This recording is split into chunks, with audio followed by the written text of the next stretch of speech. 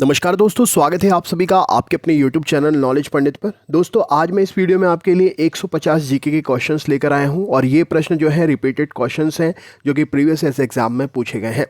One liner format में question है तो कम समय में आपके 150 क्वेश्चन कंप्लीट हो जाएंगे। 8 से 9 मिनट में कंप्लीट कर दूंगा मैं वीडियो, तो पूरा देखिएगा और चैनल पर नए हैं तो रोज़ इसी प्रकार के वीडियो प्राप्त करने के लिए सब्सक्राइब ज़रूर कर लीजिएगा। चलिए शुरू करते हैं।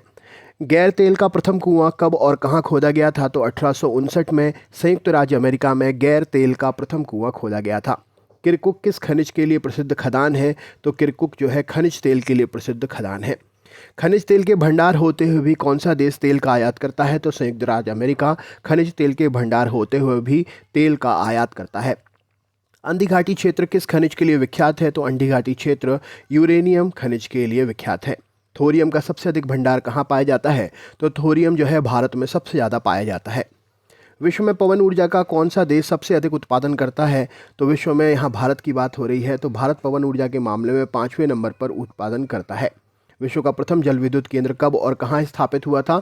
तो 1883 में फ्रांस में विश्व का प्रथम जल विद्युत केंद्र स्थापित हुआ था। विश्व के किस महाद्वीप में जल विद्युत शक्ति की संभावना सर्वाधिक है? तो अफ्रीका महाद्वीप में जल विद्युत शक्ति की संभावना सर्वाधिक है। पर्यावरण के अनुकूल होते हुए भी किसे श्वेत कोयला के नाम से जाना जाता है? तो जल विद्युत को श्वेत कोयला के नाम से जाना जाता है।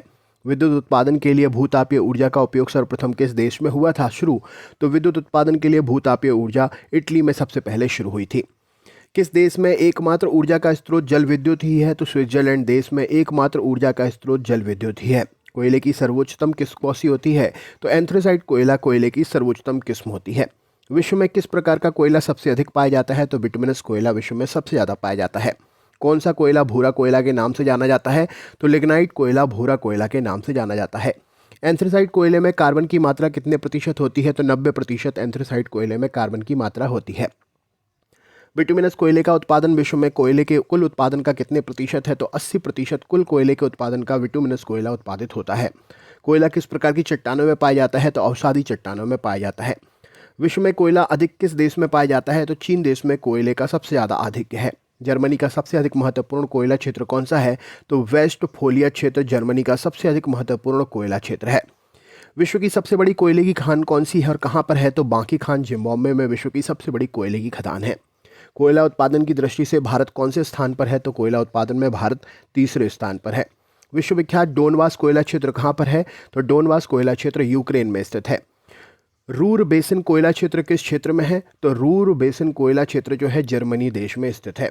कौन से संसाधन ऊर्जा के नवीनकरणीय योग्य संसाधन है? तो जल विद्युत और सौर ऊर्जा दोबारा से ये उत्पन्न हो सकते हैं, तो ये नवीनकरणीय हो जाएंगे। ऊर्जा का अपरंपरागत स्रोत कौन सा है? तो पवन ऊर्जा, भूतापीय ऊर्जा, ज्वारीय ऊर्जा और सौर ऊर्जा। जिनका पहले उपयोग नहीं करते थे लेकिन अब करते हैं, वो है अपरंपरागत स्रोत। विश्व में पेट्रोलियम का सबसे बड़ा आयातक देश कौन सा है? तो संयुक्त राज्य अमेरिका पेट्रोलियम का सबसे बड़ा आयातक देश है। म्यांमार का पोगु योमा क्षेत्र किसके लिए प्रसिद्ध है? तो यह खनिज के लिए प्रसिद्ध है। पोगु योमा क्षेत्र किस देश में सर्वप्रथम पेट्रोलियम का उत्पादन हुआ था? तो संयुक्त राज्य अमेरिका में पेट्रोलियम का सबसे पहले उत्पादन हुआ था। जल विद्युत उत्पादन हेतु सबसे अधिक उपयुक्त भौगोलिक दशाएं किस देश में हैं?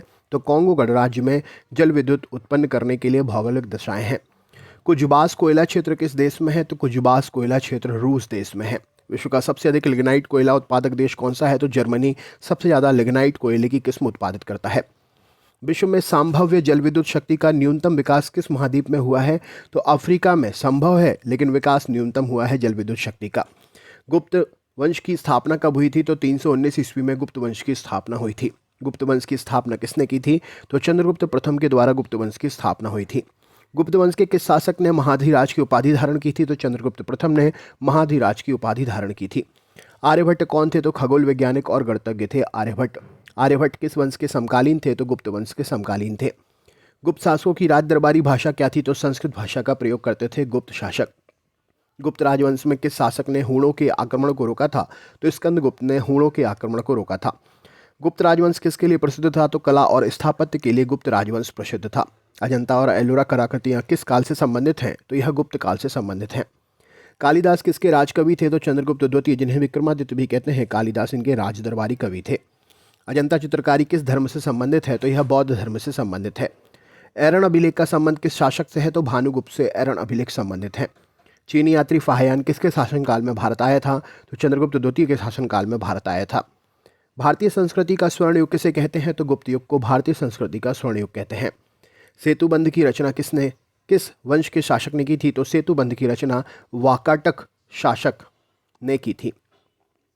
किस गुप्तकालीन शासक को कविराज कहा गया है? तो समुद्रगुप्त को गुप्तकालीन शासक जो है इन्हें कविराज कहा गया है। कौन सा गुप्त शासक भारतीय नेपोलियन के नाम से प्रसिद्ध था? तो समुद्रगुप्त को भारतीय नेपोलियन के नाम से भी जाना जाता है।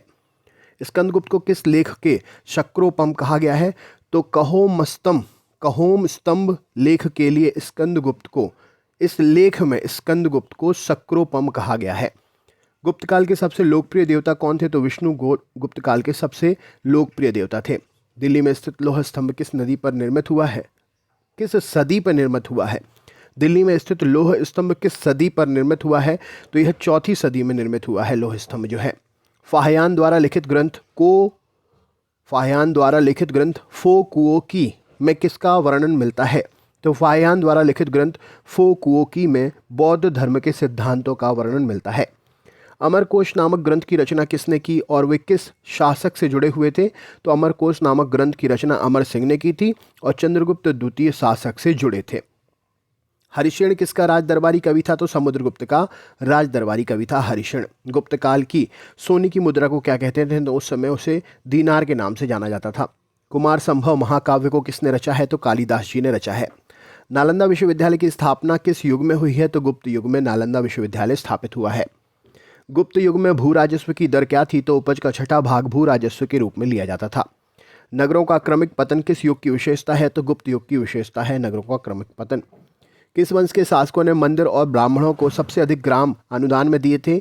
तो गुप्त वंश के शासकों ने मंदिरों और ब्राह्मणों को सबसे अधिक गांव अनुदान में दिए थे। महरौली लौह स्तंभ किसकी स्मृति में है? तो चंद्रगुप्त द्वितीय की स्मृति में है। कालिदास द्वारा रचित मालविकाग्निमित्रम नाटक का नायक कौन है? तो अग्निमित्र मालविकाग्निमित्रम नाटक का नायक है। समुद्रगुप्त की सैनिक उपलब्धियों का वर्णन किस अभिलेख में मिलता है? तो प्रयाग प्रशस्ति अभिलेख में समुद्रगुप्त की सैनिक उपलब्धियों का वर्णन मिलता है। बाल विवाह प्रथा कब आरंभ हुई थी? तो गुप्त युग में बाल विवाह प्रथा आरंभ हुई थी। सर्वप्रथम कौन सा ग्रंथ यूरोपीय भाषा में अनुदित या अनुवादित हुआ था? तो अभिज्ञान शकुंतलन को सबसे पहले यूरोपीय भाषा में अनुवादित किया गया था। सती प्रथा का प्रथम उल्लेख कहाँ पर मिलता है? तो एरन अभिलेख से सती प्रथा का प्रथम उल्लेख मिलता है। गुप्तकालीन सिक्कों का सबसे बड़ा ढेर कहाँ से प्राप्त हुआ है? तो बयाना जो कि भरतपुर में स्थित है, गुप्तकालीन सिक्कों का सबसे बड़ा ढेर प्राप्त हुआ है। किस गुप्त शासक को नालंदा विश्वविद्यालय का संस्थापक माना जाता है? तो रूपक गुप्त शासक को नालंदा विश्वविद्यालय का संस्थापक माना जाता है। कालिदास की कौन सी कृति की गिनती विश्व में सर्वाधिक प्रसिद्ध 100 कृतियों में की जाती है? तो अभिज्ञान शाकुंतलम की गिनती सर्वाधिक प्रसिद्ध 100 कृतियों में कालिदास की इस कृति की गिनती होती है। गणित की दशमलव प्रणाली के आविष्कार का श्रेय किसे जाता है? तो मौर्य युग को गणित की दशमलव प्रणाली के आविष्कार का श्रेय जाता है। किस विद्वान ने गणित को एक पृथक विषय के रूप में स्थापित किया था? तो आर्यभट्ट ने गणित को एक पृथक विषय के रूप में स्थापित किया था। गुप्तकाल की प्रसिद्ध पुस्तक नवनीतकम का संबंध किस क्षेत्र से है? तो नवनीतकम जो है चिकित्सा के क्षेत्र से संबंधित है। तांबे के सिक्के जारी करने वाला प्रथम गुप्त शासक कौन था? तो रामगुप्त ने तांबे के सिक्के सर्वप्रथम जारी किए थे। मिहिरकुल का संबंध किससे था? तो मिहिरकुल हूण संबंधित है। कौन से गुप्त राजा ने विक्रमादित्य की उपाधि ग्रहण की थी? तो चंद्रगुप्त द्वितीय ने विक्रमादित्य की उपाधि ग्रहण की थी। किस गुप्त शासक ने दक्षिण में 12 राज्यों पर विजय प्राप्त की थी? तो समुद्रगुप्त ने दक्षिण में 12 राज्यों पर विजय प्राप्त की थी। सर्वराजोच्छेता की उपाधि किसने धारण की थी? तो समुद्रगुप्त ने सर्वराजोच्छेता की उपाधि धारण की थी। चंद्रगुप्त प्रथम ने गुप्त संवत की स्थापना कब की थी? तो 1319 में गुप्त संवत की स्थापना चंद्रगुप्त ने प्रथम ने की थी। गुप्त संवत एवं शक संवत में कितना अंतर है? तो 241 वर्ष का अंतर गुप्त संवत और शक संवत में है।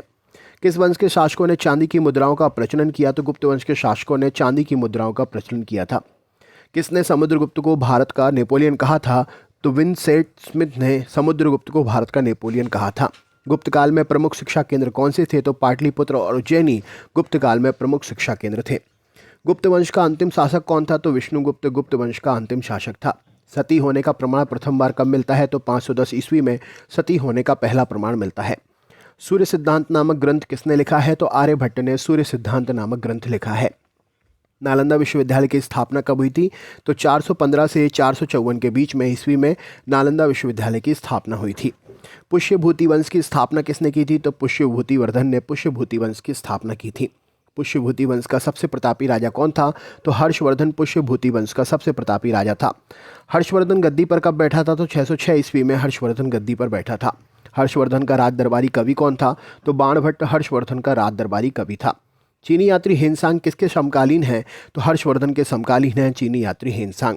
किस व्यक्ति को द्वितीय अशोक भी कहा जाता है? तो हर्षवर्धन को द्वितीय अशोक भी कहते हैं। अंतिम बौद्ध राजा कौन था जो संस्कृत का महान विद्वान था? तो हर्षवर्धन संस्कृत का महान विद्वान था। हर्षचरित किसके द्वारा रचित है? तो बाणभट्ट के द्वारा हर्षचरित रचित है। किस राजा ने रत्नावली नामक पुस्तक लिखी है? तो हर्षवर्धन ने रत्नावली नामक पुस्तक लिखी है। हर्षवर्धन और पुलकेशिन द्वितीय के मध्य हुए संघर्ष की जानकारी कहाँ से प्राप्त होती है? तो ऐहोल अभिलेख से हर्षवर्धन और पुलकेशिन द्वितीय के मध्य हुए संघर्ष की जानकारी प्राप्त होती है। हर्ष ने अपनी राजधानी थानेश्वर से कहाँ स्थानांतरित करी ली थी? तो कन्नौज में स्थानांतरित करी थी थानेश्वर से। सकलोतरापथन नाथ किसे कहा जाता है? तो सकलोतरापथनाथ कहा जाता है हर्षवर्धन को।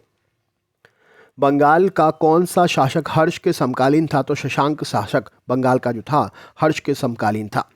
गुप्त वंश के पश्चात उत्तर भारत में सबसे बड़े भाग का पुनर्गठन किसने किया था?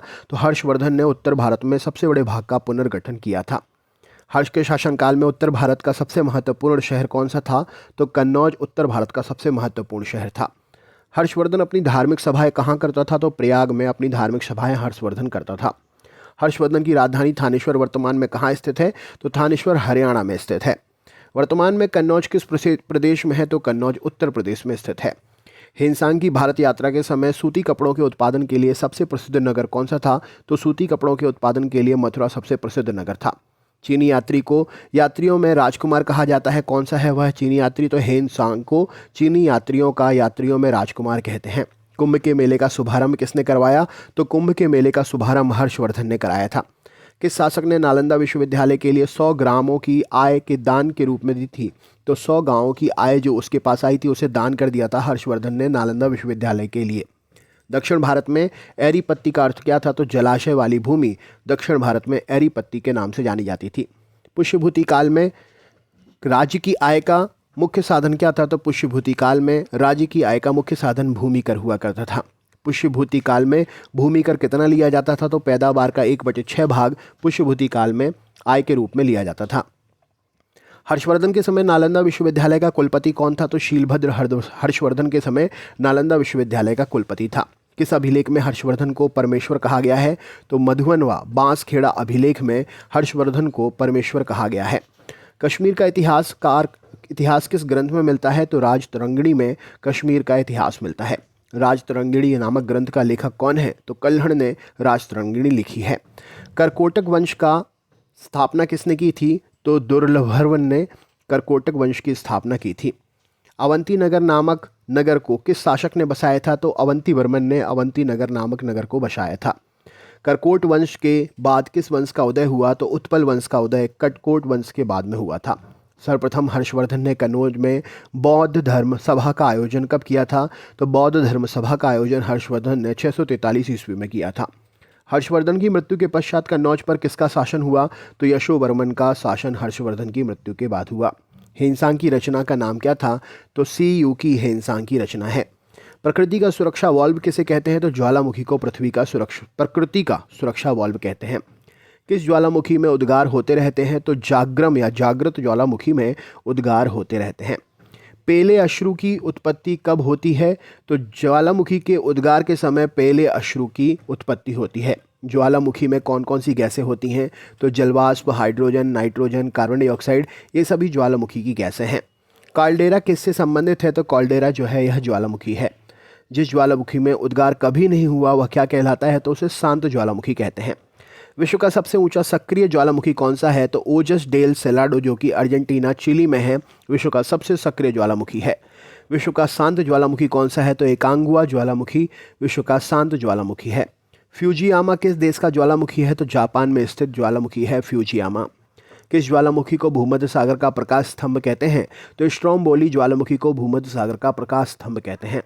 एयरबस ज्वालामुखी कहाँ पर स्थित है? तो अंटार्कटिक महाद्वीप में एयरबस ज्वालामुखी स्थित है? माउंट एटना ज्वालामुखी किस द्वीप पर स्थित है? तो सिसिली द्वीप पर माउंट एटना द्वीप स्थित है। विसुवियस ज्वालामुखी किस देश में है? तो इटली में विसुवियस ज्वालामुखी है। ज्वाला खंडाश्मी क्या है? तो तात शैल के टुकड़े और लावा, गर्म शैल के टुकड़े और लावा ज्वाला खंडाश्मी के नाम से जाने जाते हैं। विश्व का सबसे अधिक ज्वालामुखी वाला क्षेत्र कौन सा है? तो विश्व का सबसे अधिक ज्वालामुखी वाला क्षेत्र प्रशांत महासागर का अग्निवलय क्षेत्र। किस ज्वालामुखी की आकृति गोभी के फूल के समान है? तो वल्केनियन ज्वालामुखी, वल्केनियन तुल्य ज्वालामुखी की आकृति गोभी के फूल के समान है। पृथ्वी की सतह के नीचे द्रवीभूत शैल क्या कहलाता है? तो इसे हम मैग्मा कहते हैं। किस ज्वालामुखी में ऐतिहासिक काल से उद्गार नहीं हुए हैं? तो मृत ज्वालामुखी में ऐतिहासिक काल से उद्गार नहीं हुए हैं। विश्व के अधिकांश ज्वालामुखी जो सक्रिय हैं कहाँ पाए जाते हैं? नवीन मोड़दार वरीय पर्वतीय क्षेत्रों के आसपास विश्व के सर्वाधिक सक्रिय ज्वालामुखी पाए जाते हैं। फॉसा मैग्ना क्या है? तो एक ज्वालामुखी है फॉसा मैग्ना। किस स्थलाकृति का निर्माण ज्वालामुखी क्रिया से नहीं होता है? तो विसर्प स्थलाकृति का निर्माण ज्वालामुखी क्रिया से नहीं होता है। किस प्रकार के ज्वालामुखी को पिलियन तुल्य ज्वालामुखी कहा गया है? तो विसुवियस तुल्य ज्वालामुखी को पिलियन तुल्य ज्वालामुखी कहा गया है।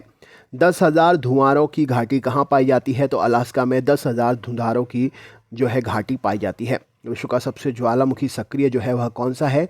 तो किलायु ज्वालामुखी जो कि हवाई द्वीप में है विश्व का सबसे सक्रिय ज्वालामुखी है।